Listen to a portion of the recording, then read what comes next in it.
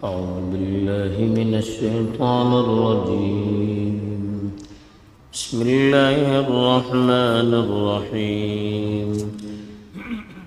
وقالوا لن يدخل الجنة إلا من كان هودا أو نصارى تلك أمانيهم قل هاتوا برهانكم إن كنتم صادقين بلى من أسلم وجهه لله وهو محسن فله أجره عند ربه ولا خوف عليهم ولا هم يحزنون.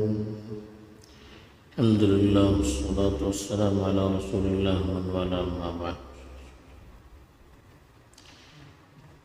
اہل کتاب کی کمزوریوں کا تذکرہ چل رہا ہے.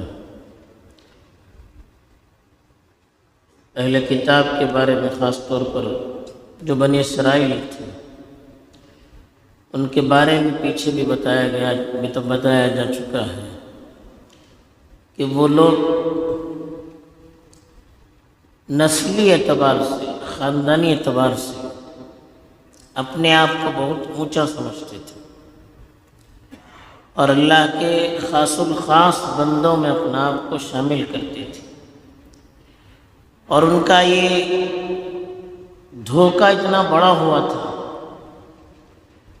کہ وہ جنت کا بھی اپنے آپ ہی کو مستحق بتاتے تھے. اہل کتاب میں یہودی بھی تھے اور نصارہ بھی تھے. یہودی حضرت موسیٰ علیہ السلام کی کتاب توریت کو ماننے والے تھے اور نصارہ حضرت عیسیٰ کی کتاب انجیل کو ماننے والے تھے. حضرت عیسیٰ کے آنے کے بعد بنی اسرائیل میں دو گروپ ہو گئے. کچھ تو لوگ وہ تھے جنہوں نے حضرت عیسیٰ کو نبی مانا اور ان کی کتاب کو قبول کیا، لیکن ایک بڑا طبقہ وہ تھا جنہوں نے حضرت عیسیٰ کو نبی ماننے سے انکار کیا، اس لیے کہ انجیل میں بہت سی وہ باتیں بتائی گئی تھی جو توریت میں جو احکام تھے اس کے خلاف تھے. یعنی توریت کے بہت سے احکام کو ختم کر کے دوسری چیزیں انجیل میں بتائی گئی تھی، اس لیے بہت سے یہودیوں نے اس کو قبول کرنے سے انکار کر دیا. لیکن دونوں تھے بنی اسرائیل، دونوں میں نسلی برتری کا احساس بہت زیادہ تھا.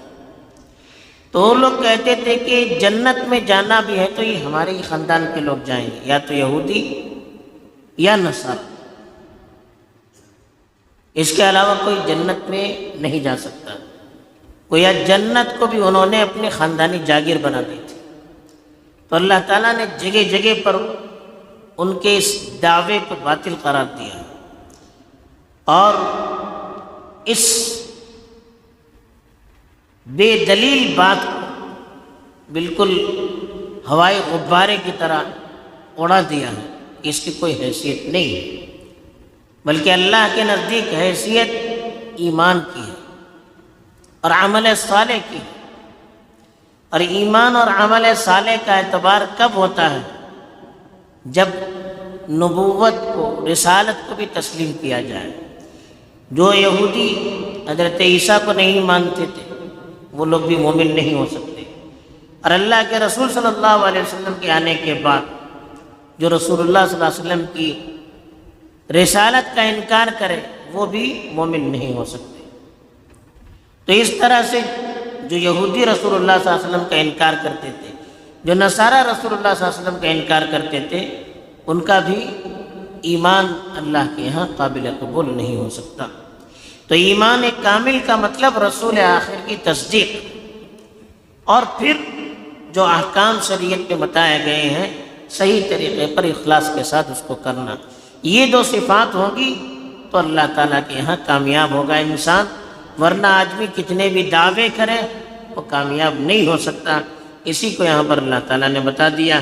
وقالوا، انہوں نے کہا، لن يدخل الجنت، ہرگز جنت میں داخل نہیں ہو سکتا، الا، مگر وہ شخص، من کان ہودن، جو یہودی ہو او نصارہ یا نصارہ، یہ ان کا دعویٰ تھا کہ جنت پہ جانا ہے تو یا تو ہود کا مطلب یہودی، حائد کی جمع ہود، یہودی کو کہتے ہیں، اور نصارہ نصرانی عیسائی کو کہتے ہیں، جیسے پیچھے بھی ان کی تشریح گزر چکی ہے۔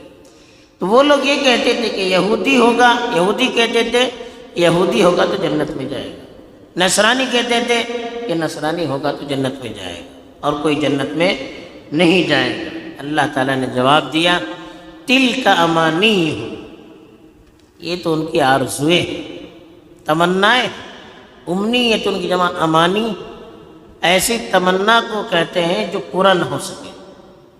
اور عرب میں عام طور پر من گڑت باتوں کے لیے بھی یہ لفظ استعمال کیا جاتا ہے، جو بات بغیر کسی ثبوت اور سند کے ایسے ہی ہوا پر کہی جائے، اس کو بھی امانی کہتے ہیں۔ یہاں بھی اللہ تعالیٰ نے اس لفظ کو اسی معنی میں استعمال کیا ہے کہ ان کا یہ دعویٰ یہ صرف من گھڑت آرزو ہے، جس کے پیچھے کوئی ثبوت اور دلیل نہیں ہے، ہوائی خیالات ہیں جو کسی ٹھوس دلیل پر مبنی نہیں ہے۔ تو اسی لیے قتل کا امانی ہوں، یہ تو ان کی آرزویں ہیں، تمنائیں ہیں، من گھڑت باتیں ہیں جس کے پیچھے کوئی ثبوت اور دلیل نہیں ہے۔ اس لیے قل، آپ ان سے کہیے، ہاتو، لائیے، برہانکم، اپنی دلیل کو، ان کنتم صادقین، اگر تم سچے، یعنی اگر تمہارا یہ دعویٰ سچا ہے تو اللہ نے کہا ہاتو برہانکم، برہان کہتے ہیں ایسا ثبوت جو یقینی ہو، جس کو آدمی ٹھکرا نہ سکے۔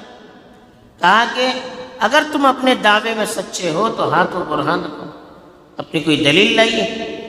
آپ کی کتاب میں کچھ لکھا ہوا ہے، یہ کہیں سے اللہ نے آپ کو بتایا ہے، یا کسی رسول نے وصیت کی ہے، یا کوئی اور آپ کے پاس ثبوت ہے تو ثبوت لائیے۔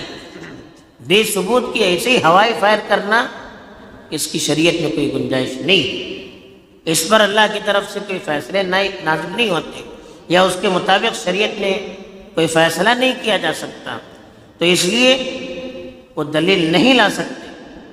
تو اس لیے ان کی باتوں کو پہلے اللہ نے کہا کہ یہ من گھڑت ہے۔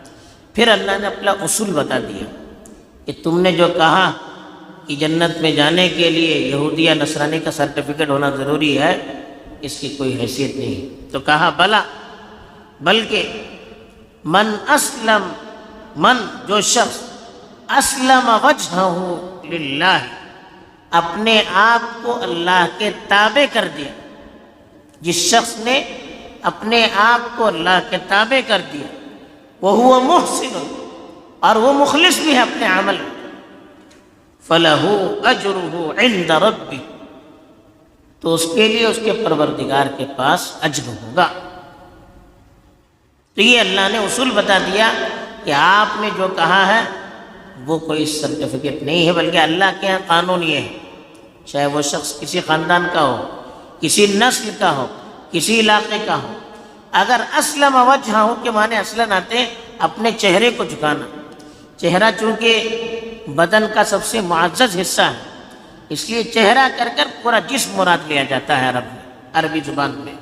تو اس لیے کہا جو شخص اسلم کے معنی جھکانا، اپنے آپ کو اللہ کے تابع کر دیتا ہے، یعنی دین کو قبول کرتا ہے، ایمان لے آتا ہے، وہ محسن، محسن کہتے ہیں اخلاص سے کام کرنے والا، اور جو عمل اخلاص کے ساتھ کرتا ہے، صحیح طریقے پر کرتا ہے، اللہ کے یہاں اس کا اعتبار ہوتا ہے اور کسی چیز کا اعتبار نہیں ہوتا۔ جنت میں داخلے کے لیے ایمان اور عمل صالح ضروری ہے، خاندان، قوم، نسل، علاقہ، ذات پات، اس کی اللہ کے نزدیک کوئی حیثیت نہیں ہے۔